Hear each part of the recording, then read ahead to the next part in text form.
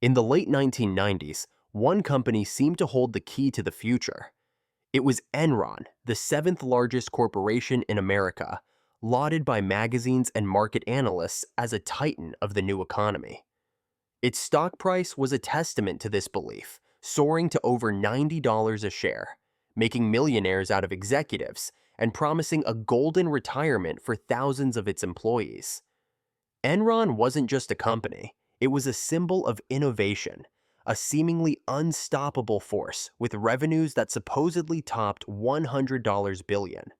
Before we dive into how this giant fell, if you find this kind of deep dive analysis helpful, take a moment to like this video and subscribe for more content that breaks down the most important events in financial history.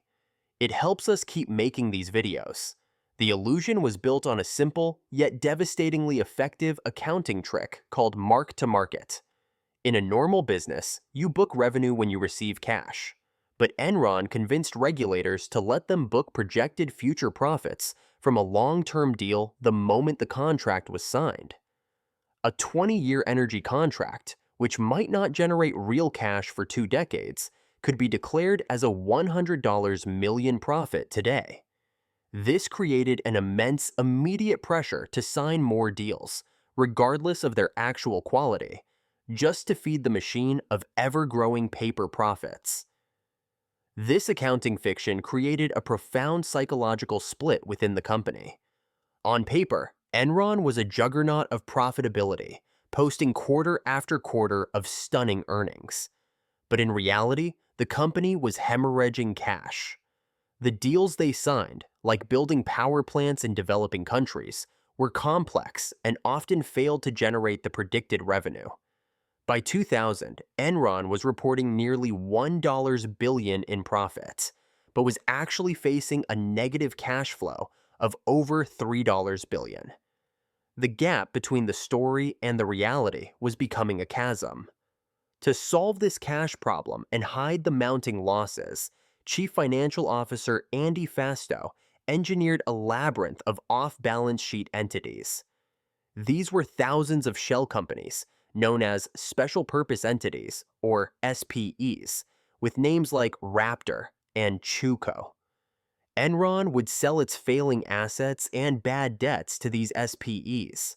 For example, a disastrous investment worth $500 million could be moved off Enron's main books and onto an SPE, instantly cleansing the parent company's financial statements. The result was a masterpiece of deception. To the outside world, Enron's balance sheet looked strong, healthy, and innovative. Debt appeared low, and assets looked profitable. But these SPEs, controlled by Enron executives, were secretly packed with billions of dollars in Enron's own stock as collateral. It was a house of cards where the foundation, the walls, and the roof were all made from the same flimsy material, inflated Enron stock. As long as the stock price kept rising, the illusion held. For the average Enron employee, this illusion was their reality.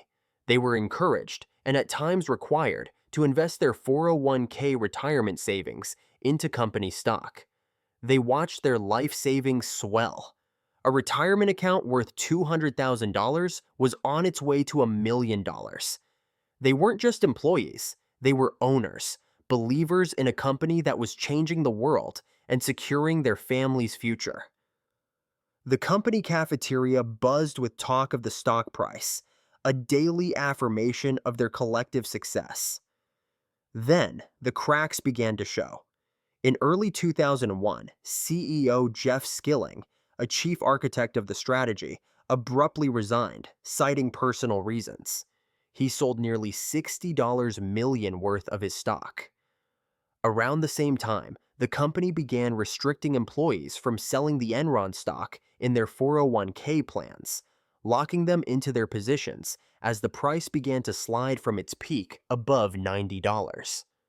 The real unraveling started with a simple question from a Fortune magazine reporter. How exactly does Enron make its money? No one could give a clear answer. The company's financial reports were intentionally opaque, a dense fog of complex transactions and footnotes. As scrutiny intensified, the stock price, the very thing holding the entire fraudulent structure together, began to collapse. It fell from $90 to $60, then to $30. This is where the house of cards began to topple. As the stock price fell, the SPEs that were hiding all the debt began to fail.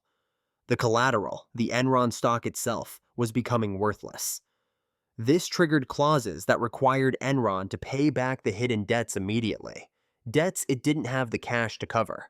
In October 2001, the company was forced to announce a staggering $618 million third-quarter loss and disclosed a $2 billion reduction in shareholder equity, finally admitting the SPEs existed. The employee experience turned from a dream into a nightmare. They watched helplessly as their retirement accounts evaporated.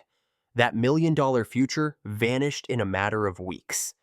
The stock they were locked into buying fell to under $1 per share before the company declared bankruptcy in December 2001. Thousands of people lost everything. Some employees saw over $2 million in retirement savings turn into just a few $1,000s. But the collapse wasn't just a market event. It was a story of individual choices. Inside the company, a vice president named Sharon Watkins felt a growing sense of dread. Having recently been moved to Andy Fasto's finance division, she had a direct view into the labyrinth of SPEs. It was an experience of profound isolation. She was an insider who suddenly felt like an outsider, seeing the company not as a titan of innovation, but as an elaborate fraud on the verge of imploding under the weight of its own lies. Her colleagues celebrated record profits, while she saw a ticking time bomb with a balance sheet that made no sense. Driven by this knowledge, in August 2001, Watkins wrote a now-famous anonymous memo to CEO Ken Lay, warning him that Enron was an elaborate accounting hoax and would implode in a wave of accounting scandals. Her warning was not a vague concern. It was a detailed 7-page breakdown of the fraudulent partnerships and the catastrophic financial risk they posed. Lay addressed her concerns personally, but ultimately commissioned a cursory investigation by Enron's own law firm, which, unsurprisingly, concluded there were no major issues. The memo was dismissed, and the last chance to unwind the fraud peacefully was lost. When the company finally declared bankruptcy on December 2, 2001, the shockwave was immediate and brutal. The market's reaction wasn't just a sell-off, it was a full-blown crisis of confidence. The stock, which had been the bedrock of so many retirement plans, was now worth less than a postage stamp, trading at just 26 cents. The financial fallout was catastrophic, wiping out approximately $74 billion in shareholder value in a matter of months. The bankruptcy filing itself was a procedural earthquake. It was, at the time, the largest in U.S. history, involving over $63 billion in assets. Armies of lawyers and accountants descended, tasked with untangling a web of over 3,000 off-balance sheet entities. It was a financial autopsy on a scale never before seen, revealing a level of corporate rot that stunned even the most cynical Wall Street veterans. The once gleaming Enron towers in Houston became monuments to the collapse. Floors that had buzzed with the frenetic energy of traders making billion-dollar deals fell silent. Desks were abandoned, covered in personal effects and worthless stock certificates. The company's iconic slanted E logo, once a symbol of futuristic vision, was stripped from the building, leaving a ghostly outline against the glass. A physical scar representing a national scandal. The human cost was staggering and deeply personal. Beyond the aggregate number of $74 billion, there were individual stories of ruin. A single plant operator in Texas City saw his retirement account, once valued at over $1, $3 million, shrink to just $1,200. He, like thousands of others, had been encouraged, and at times locked into, holding company stock in his 401k, effectively betting his entire future on a lie. This wasn't just financial loss, it was the theft of decades of labor. It was the crushing realization that the loyalty and hard work given to the company had been betrayed for the sake of executive bonuses. For many, the feeling was a wave of regret that washed over them, not that they had invested poorly, but that they had trusted so completely. The aftermath saw the centers of power shift dramatically from the boardroom to the courtroom. Ken Lay and Jeffrey Skilling, once lauded as corporate visionaries on the covers of magazines, were now defendants facing decades in prison. Their swagger and confidence were replaced by the cold, sterile proceedings of a federal trial, where their complex financial instruments were laid bare as simple tools of deception.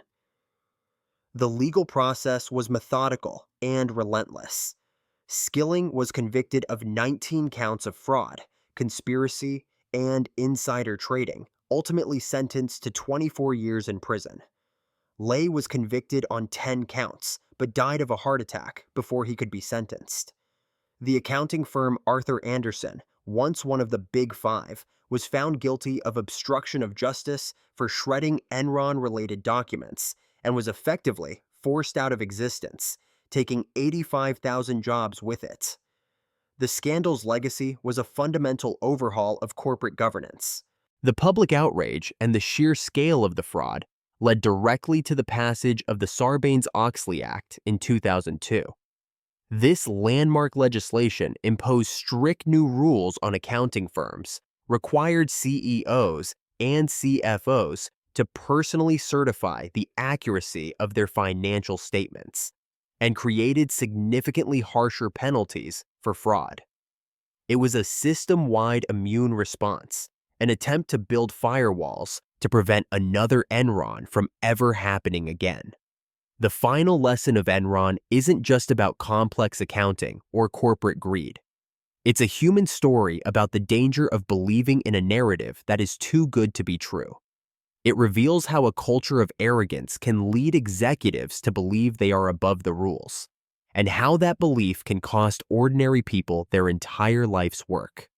The empty office buildings and the shattered retirement accounts are a permanent reminder that on the stock market, truth, eventually, is the only asset that holds its value.